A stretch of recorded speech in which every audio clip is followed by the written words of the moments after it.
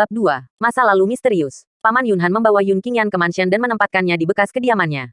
Yun Qingyan melihat ke halaman yang sudah dikenalnya, dan kenangan masa lalu tiba-tiba muncul di benaknya. Ketika dia masih kecil, dia dan Keir paling suka bermain di halaman. Yaner, kemana kamu pergi selama 3 tahun kamu hilang? Mengapa kamu kembali sekarang? Paman Yunhan tidak bisa menahan diri untuk bertanya dengan rasa ingin tahu. Saya pergi ke Gunung Langya untuk berlatih. Saya tidak berharap bertemu dengan para bandit di Gunung Langya. Saya dipenjara oleh mereka selama 3 tahun. Dan saya lolos karena keberuntungan belum lama ini. Yun Qingyan mengatakan apa yang sudah dia pikirkan. Kamu benar-benar lari ke Gunung Langya. Ekspresi Paman Yunhan berubah. Gunung Langya adalah sarang bandit terkenal. Lusinan bandit berkumpul untuk membakar, membunuh, dan menjarah. Karena medan berbahaya Gunung Langya, dinasti Tianyuan berulang kali mengirim pasukan untuk menekan bandit, semuanya berakhir dengan kegagalan. Untungnya, kamu bisa melarikan diri dan kembali. Tapi Yaner, kamu tidak bisa pergi ke tempat berbahaya seperti itu di masa depan. Kata Paman Yunhan dengan rasa takut yang tersisa di wajahnya. Bagaimana Paman Yunhan tahu bahwa Yun Qingyan memang pergi ke Gunung Langya untuk berlatih, tetapi dia tidak ditangkap oleh bandit, tetapi tersapu ke negeri dongeng oleh badai antariksa. Tapi Yaner, dalam 3 tahun terakhir, apakah kamu memiliki kesempatan untuk berkultivasi? Berapa tingkat kultivasimu sekarang? Paman Yunhan bertanya lagi. Sepertinya sangat prihatin dengan pertanyaan ini. Mengenai tingkat kultivasi, Yun Qingyan tersenyum masam, dan berkata, mungkin setara dengan seorang prajurit fana dari tingkat ketiga dunia bintang. Paman Yunhan tidak memperhatikan bahwa kata prajurit fana ditambahkan oleh Yun Qingyan. Ekspresi kekecewaan melintas di matanya. 3 tahun lalu, Yun Qingyan yang berusia 15 tahun sudah menjadi jenius pertama di kota Tianyu, dengan basis kultivasi dunia bintang tingkat 5. Tanpa diduga, dalam 3 tahun terakhir, basis kultivasi tidak maju tetapi mundur. Tapi itu normal untuk dipikir-pikir. Dipenjara oleh bandit selama 3 tahun. Bagaimana mungkin ada waktu untuk berkultivasi? Bahkan beruntung kultivasinya tidak dihapuskan oleh para bandit. Yaner, kamu tidak perlu depresi. Dengan bakatmu, bahkan jika kamu mulai berlatih lagi sekarang, kamu pasti bisa kembali ke puncak dalam beberapa tahun. Paman Yunhan menghibur Yun Qingyan. Iya Paman, aku akan melakukannya. Yun Qingyan mengangguk, dan tidak ada ketegasan di wajahnya. Beberapa di antaranya dianggap biasa saja. Paman, bisakah Paman membawaku ke paviliun obat keluarga? Kata Yun Qingyan tiba-tiba. Benua Tianxing tidak seperti dunia abadi. Ia memiliki aura peri yang cukup, dan yang dimilikinya hanyalah aura tingkat terendah. Jika hanya mengandalkan aura, dibutuhkan setidaknya 100 tahun bagi Yun Qingyan untuk memulihkan kultivasi penuhnya. Dan selama 100 tahun, Yun Qingyan jelas tidak sabar menunggu. Oleh karena itu, dia mendapatkan ide untuk menyempurnakan ramuan obat tersebut. Dengan bantuan pil, kecepatan pemulihannya bisa meningkat secara eksponensial. Wajah Paman Yunhan memerah karena malu, dan dia langsung bertanya, paviliun obat, Yaner, mengapa kamu ingin ke paviliun obat? Mungkinkah selama 3 tahun kamu di penjara, kamu belajar seni alkimia? Wajah Paman tiba-tiba menunjukkan kegembiraan. Alkemis adalah salah satu profesi paling mulia di benua Tianxing. Bahkan alkemis tingkat manusia terendah pun tidak kalah dengannya. Patriark keluarga Yun. Begini saja, Yaner. Beritahu aku ramuan yang kamu butuhkan. Dan aku akan membawakannya untukmu besok. Kata Paman Yunhan setelah berpikir sejenak. Oke Paman. Meskipun Yun Qingyan tidak mengerti mengapa pamannya tidak membawanya ke paviliun bahan obat, dia tetap melaporkan bahan obat yang diperlukan. Luas dunia abadi puluhan ribu kali lebih besar dari benua Tianxing. Akan tetapi semua bahan obat di benua Tianxing pada dasarnya akan tersedia di alam abadi. Bahan obat yang dilaporkan Yun Qingyan adalah bahan obat yang paling umum dan tidak ada persyaratan untuk kondisi pertumbuhan. Jika tidak ada kecelakaan, benua Tianxing akan memilikinya. Ayah, ku dengar Kakak Yan sudah kembali. Pada saat ini, sebuah suara bersemangat datang dari luar halaman. Hanya dalam beberapa detik, seorang pemuda muncul di depan Yun Qingyan. Pria muda itu tampan dan tinggi, tetapi salah satu lengan kirinya ternyata kosong. Kakak Yan, ini benar-benar kamu. Melihat Yun Qingyan, pemuda itu tidak bisa lagi menahan kegembiraan batinnya dan bergegas ke Yun Qingyan. Pemuda itu tidak lain adalah sepupu Yun Qingyan, Yun Xuan. Meskipun Yun Qingyan dan Yun Xuan hanyalah sepupu, hubungan mereka tidak berbeda dengan saudara.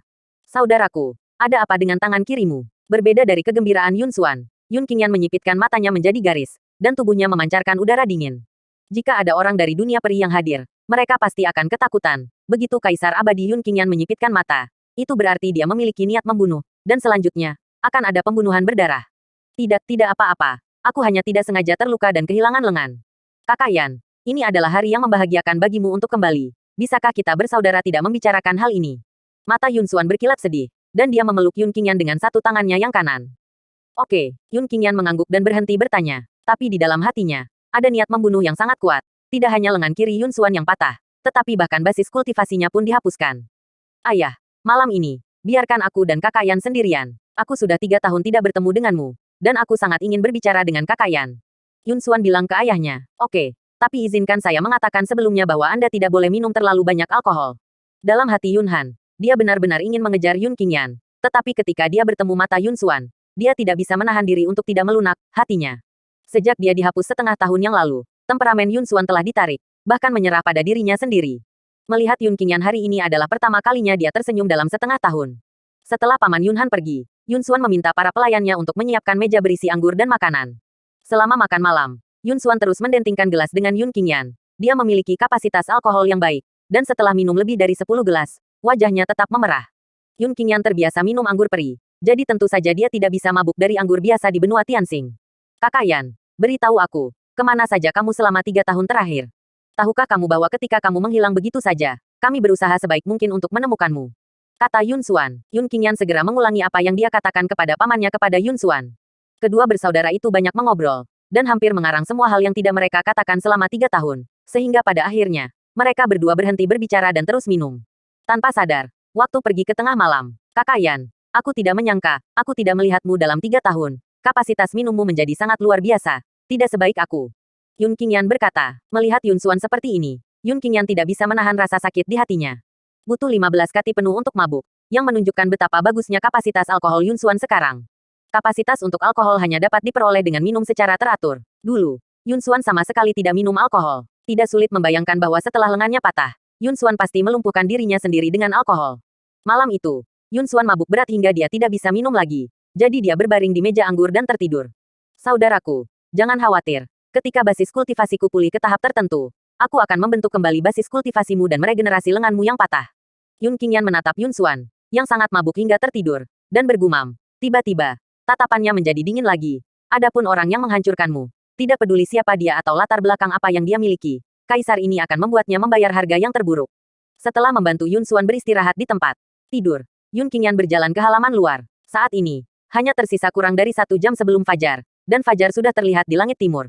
Latihan yang saya latih semuanya dibuat oleh makhluk bawaan. Saat ini, saya harus berlatih beberapa latihan prajurit fana. Makhluk di dunia peri, sejak lahir, adalah makhluk bawaan. Dalam kata-kata benua Tianxing, mereka adalah prajurit dari alam bawaan.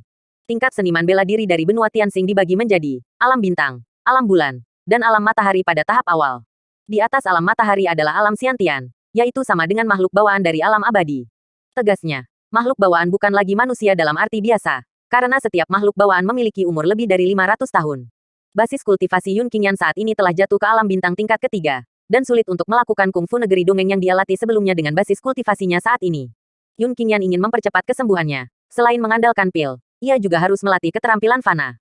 Misalnya, situasi Yun Qingyan saat ini seperti bayi. Meskipun ada senjata ajaib yang tak terkalahkan di sampingnya, dengan kekuatan bayi itu, dia tidak bisa memegang senjata ajaib itu sama sekali. Jika seorang bayi ingin menggunakan senjata sihir, ia harus tumbuh hingga tahap tertentu sebelum ia memiliki kekuatan untuk mengambil senjata sihir. Dengan cara yang sama, jika Yun Qingyan ingin menggunakan metode abadi teknik dari alam abadi, setidaknya dia harus mengembalikan kultivasinya ke kondisi bawaan. Keesokan paginya, Paman Yun Han tidak membawa bahan obat, tetapi meminta pengurus rumah tangga tua untuk membawa barang-barang itu pada tengah hari. Tuan Muda Yan, Patriark meminta budak tua ini untuk membawa bahan obat. Biar saya hitung bahan obatnya dulu untuk melihat apakah ada yang hilang, kata pengurus rumah tua itu dengan hormat. Tidak perlu karena Paman memintamu untuk mengirimkannya. Itu pasti tidak buruk, kata Yun Qingyan bahkan tanpa melihatnya. Kakek Lin, ada yang ingin kutanyakan padamu, dan kuharap kamu bisa mengatakan yang sebenarnya.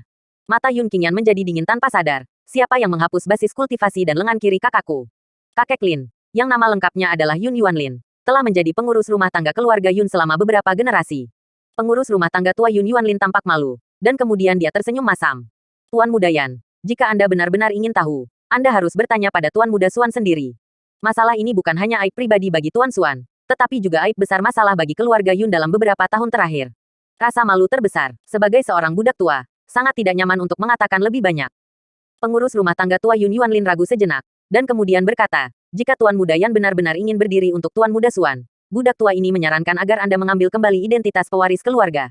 Pewaris mengacu pada hak suksesi patriark berikutnya. Yun Qingyan adalah pewaris patriark berikutnya, tetapi setelah dia menghilang 3 tahun lalu, hak untuk mewarisi secara otomatis hilang.